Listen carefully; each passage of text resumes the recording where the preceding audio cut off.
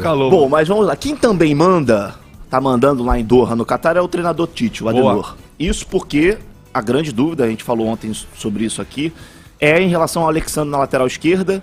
Hoje o Tite falou em entrevista coletiva que o natural é que o Alexandre permaneça fora do time, ou seja, se isso de fato acontecer amanhã, esse jogo das quartas de final contra a Croácia ao meio-dia, o Brasil vai ter uma escalação provavelmente a mesma que enfrentou a Coreia do Sul, ou seja, Alisson no gol, na direita o Éder Militão, a zaga com Marquinhos e Thiago Silva, e aí na esquerda a gente não vai ter, infelizmente, o Alexandre, e aí joga o Danilo, que a gente já falou aqui também, que joga como zagueiro pelo lado esquerdo na Juventus, com 3 zagueiros, então ele já tem ali ele sabe fazer aquela posição e foi muito bem também contra a Coreia do Sul. E aí no meio do campo é aquele time que a gente sabe, do meio pra frente, Casemiro, Paquetá, Neymar, Vinícius, o Richarlison, que é um dos grandes nomes dessa seleção brasileira, para muitos é o principal nome da seleção brasileira, e tem do outro lado o Vinícius Júnior também, com o Rafinha, então é uma seleção que a gente já sabe provavelmente qual vai ser mais ou menos o mecanismo desse time.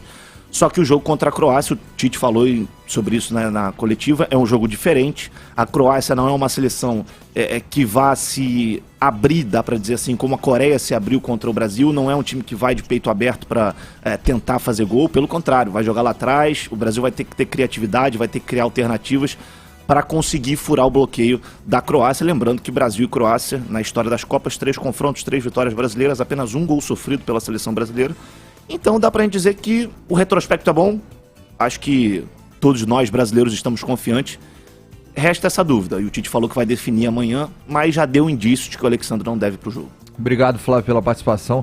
Pegamos uma espécie de freguês, né, GV?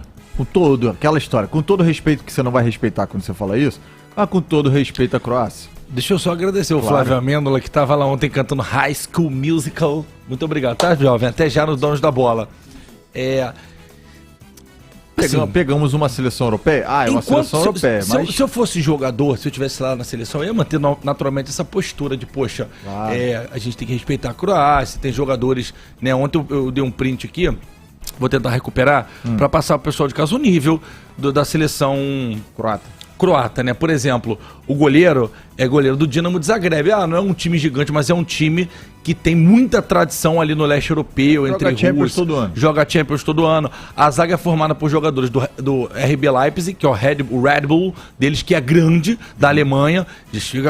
Chegou a ficar um tempo na frente do Bayern. É o maior Red Bull da franquia. Maior de todos, o mais rico, maior. O zagueiro pela direita é do Zenit, que é um clube gigante da Rússia. Ali na volância, o Kovacic é do Chelsea, o Brozovic é da Inter de Milão e o Luka Modric dispensa comentários do Real Madrid. No ataque tem o Kramaric, que é do Hoffenheim, que é um time grande, joga Champions, joga Europa League. O Petrovic, que é do Dinamo de Zagreb. Esse é o menos conhecido, mas está bem na Copa do Mundo. E tem o Perisic, que joga pra Dedel, atacante do Tottenham Hotspur. E assim, então, são jogadores rodados, acostumados a decidir, a jogar grandes jogos. Brasil tem que ficar de olho aberto. Mas todo esse preâmbulo foi pra dizer que a gente tem obrigação de passar. Eu sei que vocês são... não faz diferença. Não, eu acho que tem obrigação de chegar à semifinal da Copa. O nosso caminho fez com que a gente tivesse a obrigação de chegar até a semifinal. De lá pra final é outra parada, Johnny, que é pegar a Argentina. Johnny, se você falar assim, semifinal Brasil e Argentina, caso a Argentina bata a Holanda, certo? Sim. Aí eu vou falar, João, verdade, mas Croácia, tem que passar. Em qualquer situação, mesmo a Croácia vice-campeã do mundo de 2018, que não era nada demais. Mas o melhor que eles têm é o vice-campeonato. Nós ganhamos mas o time tá diferente. Não, o que eu tô dizendo é o seguinte, nós ganhamos 5 vezes. Os caras, o melhor que eles conseguiram atingir foi uma segunda colocação. Então, quem tem que temer alguém ali nessa história é a Croácia, não é o Brasil. Não, é a Croácia, tá muito claro isso. O Brasil joga o melhor futebol da Copa do Mundo, porque além de um time muito bom, João, a gente tem muita peça de reposição, cara. Você vê que a gente tá com aquele problema ali, não sabe se o Alexandre vai, se não vai, os laterais. Além de jogador bom em todas as posições, 2 jogadores bons por posição, a gente tem, por exemplo, o Militão, que é zagueiro, faz a lateral direita. Se precisar ir de volante, vai ter um Fabinho do Liverpool, que é volante, já jogou na zaga no Liverpool, já fez a lateral direita. Então são jogadores muito versáteis e de muita qualidade. A primeira Copa que eu lembro direitinho foi em 94, né? 90 eu tinha 7 anos, eu tenho flashes do título, mas eu não dava pra ver o time. Eu não me lembro de uma seleção brasileira né, ousado que eu vou falar, mas favorita para uma Copa do Mundo. Porque você pode trazer para mim o elemento assim, Brasil e França numa final é grande.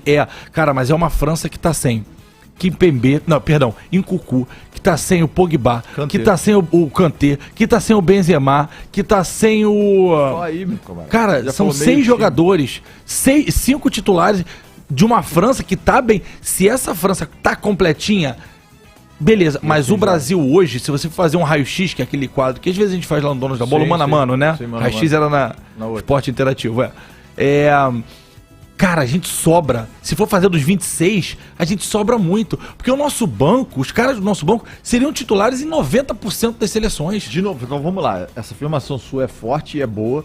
De 94 pra cá, essa é a seleção brasileira, na sua opinião, mais favorita a levar um caneco? Mais favorita, não só pelo nosso time, gente, comparando com as outras. No universo Copa do Mundo, No os universo Copa do Mundo. adversários, enfim. Exatamente. É mais do que aquele time do Brasil de 2006? Do Cara, mas Oba-Oba 2006 de Vegas? Mas o problema de 2006, que a seleção era muito boa, mas tinha muita seleção boa. Tinha uma galera no verdade. auge na Itália, É tinha o verdade. Pirlo, A própria França. Gattuso, a França com Trezeguet, Thierry Henry. Zidane. 2006 o Deschamps já tinha parado, né? Já não, tinha. o Deschamps jogava. 2006 ainda, o atual treinador, o Didier Deschamps. Ainda tava lá? É assim, era um time muito... Era muita seleção forte. Uma Holanda com Cliver, uma Holanda muito forte era com outra aquele... parada. Que fez o gol bonito aqui no Brasil.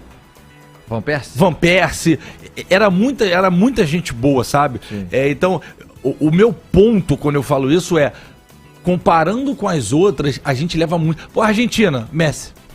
Portugal, Cristiano Ronaldo, Bruno Fernandes Bom jogador, Bernardo Silva. e o Bernardo Silva, assim, os acima da média. É. Beleza. A lateral dos caras é boa também, cara. Tá, mas lateral, entendeu? Não vai resolver. É. Aí, tu olha pra Portugal, beleza. Tu olha pra Argentina, Messi. Eu acho que a seleção, por incrível que pareça, que chega mais próximo do que você falou de opções é a portuguesa. Porque a portuguesa você vê, o cara enlouqueceu, tirou o Cristiano Ronaldo, entrou o Gonçalo, foi bem demais. Aí entra o Rafael Leão. Mas eu aí tenho dúvidas. Aí tem o Guerreiro que joga e o Cancelo. Cara, o Cancelo, ele é reserva na seleção de Portugal. E ele é um baita lateral. Pô, a gente tem na reserva Anthony, Não. a gente tem na reserva Rodrigo, Claro. a gente tem na reserva Pedro. O que eu tô dizendo é o seguinte, talvez a que mais se aproxime, a gente não tá dando tanta bola, Portugal. Mais do que as badaladas França, Inglaterra, essas coisas, enfim. Nesse momento que a gente começa a falar muito de futebol, o pessoal tá aqui, pô, o programa tá parecendo até um programa de futebol. Zé, mais uma gargalhadinha do Catra aí rapidinho. Criamos um monstro nesse radião Lady É, tá complicado. A gente que criou essa criatura aí. Vamos lá. Ô, GB, antes da gente passar a bola para o nosso Catrinha, Richarlison foi enaltecido pela imprensa espanhola. O jornal AS, que é um jornal muito conceituado da Espanha, disse que a peça que faltava ao Brasil de 2018 no Mundial da Rússia era Richarlison. Ou seja, se ele estivesse lá, as coisas seriam diferentes. Você concorda? Deixa eu olhar aqui a escalação do Brasil 2018. Jesus mas, no assim, ataque. Tá, beleza. Porque o Jesus era pra ter feito naquela Copa o papel que o Pombo tá fazendo nessa. Bem demais. Acabou. É Acabou, isso. acabou de história. Exatamente isso. Acabou. E eu vou além.